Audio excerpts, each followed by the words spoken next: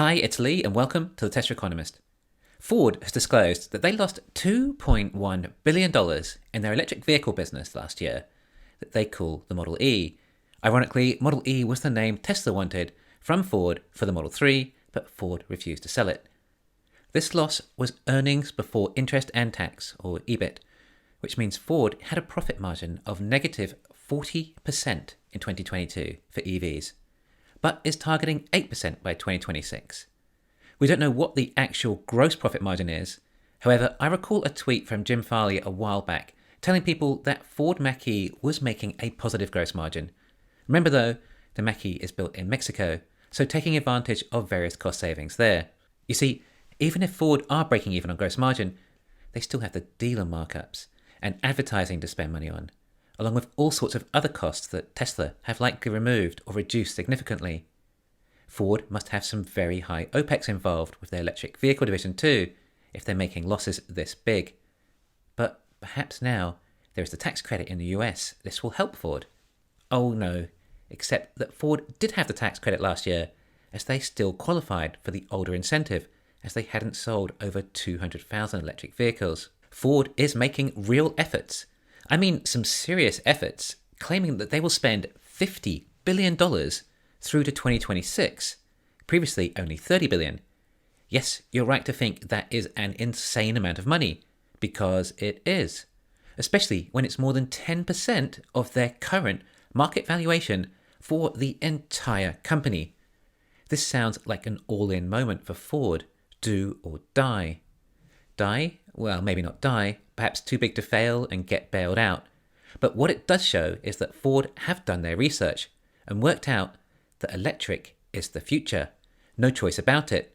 It doesn't matter whether they can make profitable electric cars or not, if that's what their customers want, and fewer each year want their ICE vehicles. The writing is on the wall for them. Ford still make great profits, but as their ICE business is likely to suffer and these profits dwindle or go, they're still going to be faced with all this other unprofitable EV investment. I guess we have to wait and see if the ICE business can support the EV business long enough to turn a profit. But like we also think, if they don't, then the governments will likely help them too. But it's really tough when the only EVs you can make cost you $2 billion a year, or even $3 billion is the estimated loss for 2024. Ford's loss per vehicle was $21,000. Tesla was admittedly making a loss when they were at similar units, but only $3,500 per vehicle sold. Big difference. Ford's Model E division is going to be bleeding a lot of money for some time, especially as they start ramping up to some real numbers. This is such a dilemma.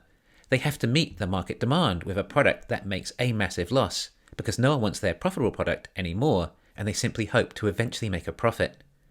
And although they are betting the entire house on this move, at their current valuation, there'll be another EV stock bubble sometime, and if Ford are showing their players in the game, then their stock price could hit over $100 billion, even if they're making a loss. The thing is, who else is going to make it other than Tesla? Right, sure, BYD, but come on, do you really want the world to just be BYD and Teslas? The only other EV companies that have shown they can ramp up EV production and make a profit, well, presumably BYD is now close at least to profit. And Tesla and BYD alone can't make enough cars for everyone. We need these legacy auto companies to remain, or at least some of them, as the world needs cars. But companies losing billions a year can only survive for so long. Ford have a limited time frame to work out how to make a profit with their EVs. Of course, that is make a profit with vehicles that are likely priced higher than Tesla's, which is a whole other issue they have too. Perhaps Ford can transition somewhat with hybrids in the meantime, which might help if consumers are happy to not go fully electric just yet, and the costs are that much less for hybrids, along with a full tax credit.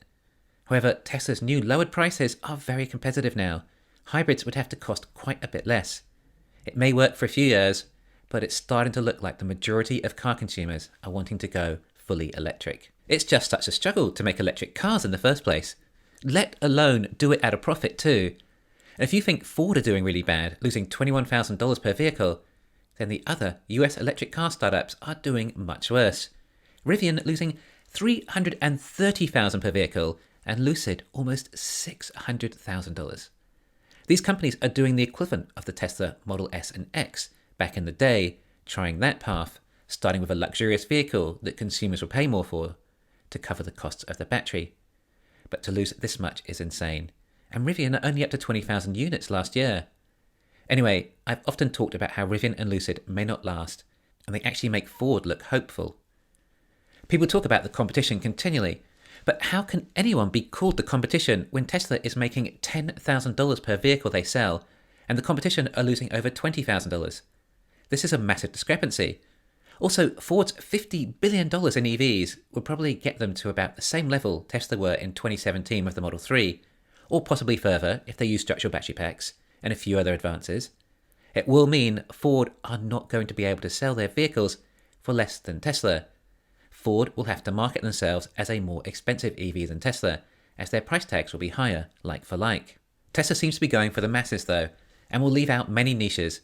Ford has a chance of taking on these niches and not competing directly with Tesla, like the new electric Explorer, except for some reason that's for the European market. But if Ford made an electric large SUV, then they're not competing directly with Tesla. I'm not sure Tesla will ever do a large SUV. I think Tesla will focus more on lower cost vehicles, as Tesla want to get as many vehicles out as possible, and if they can get their costs as low as they say, then Tesla make huge amounts of profit on these low cost vehicles anyway. And they may eventually have FSD or robotaxi capabilities, and that is going to be Tesla's focus with EVs, rather than trying to design and build an EV for every niche out there like Legacy do. Ford's $50 billion is such a high number because they're going to have to build enormous battery and cell factories, because they're not capable of taking advantage of Tesla's dry battery electrode process. So their capex will be huge compared to Tesla's for the equivalent amount of batteries. By the time Ford have invested said $50 billion into EVs, then Tesla have likely invested a further $20 billion or so into their EVs, like building Mexico and Gen 3 production. This will make Tesla leap ahead of where they even are today, and Ford probably haven't even caught up with Giga Texas, let alone Giga Mexico. So how do Ford plan on going from negative 40% EBIT margin to positive 8%? Scale, for one.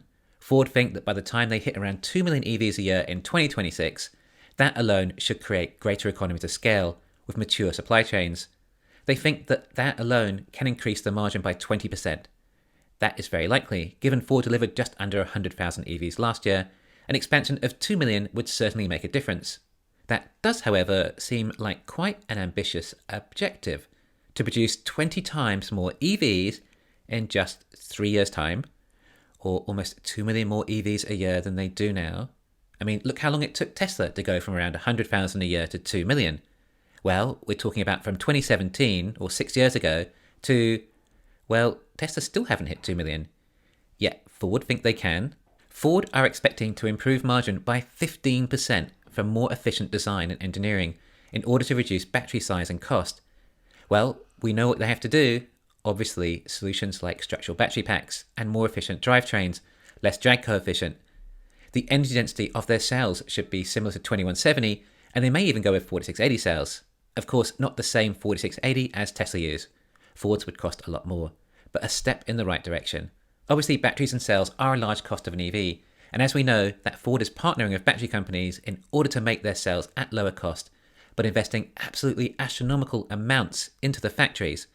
Not only that, Ford are going to start using the lower cost LFP cells in some of their new cars, which will also help reduce cost. Ford aim to improve margin a further 10% with cells and batteries. And then Ford think they can save money on other things like software and subsidies from the Inflation Reduction Act, and increase margin a further 3% there.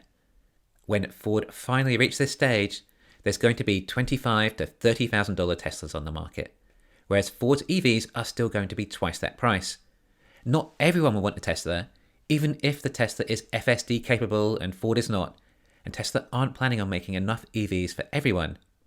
The world needs more EV manufacturers, and Ford now look like they are taking this more seriously than any other legacy auto company. Volkswagen had also been trying, but they were attempting to be a low-cost alternative to Tesla, which is going to be impossible to undercut Tesla on price. So right now, Ford is one of the legacy companies I am giving the most hope for in transitioning to EVs. The way I see it is if they can't do it, then none of them can. And the world needs cars. Thanks for listening. Please hit the thumbs up and subscribe. You can follow me on Twitter and talk to me on Patreon.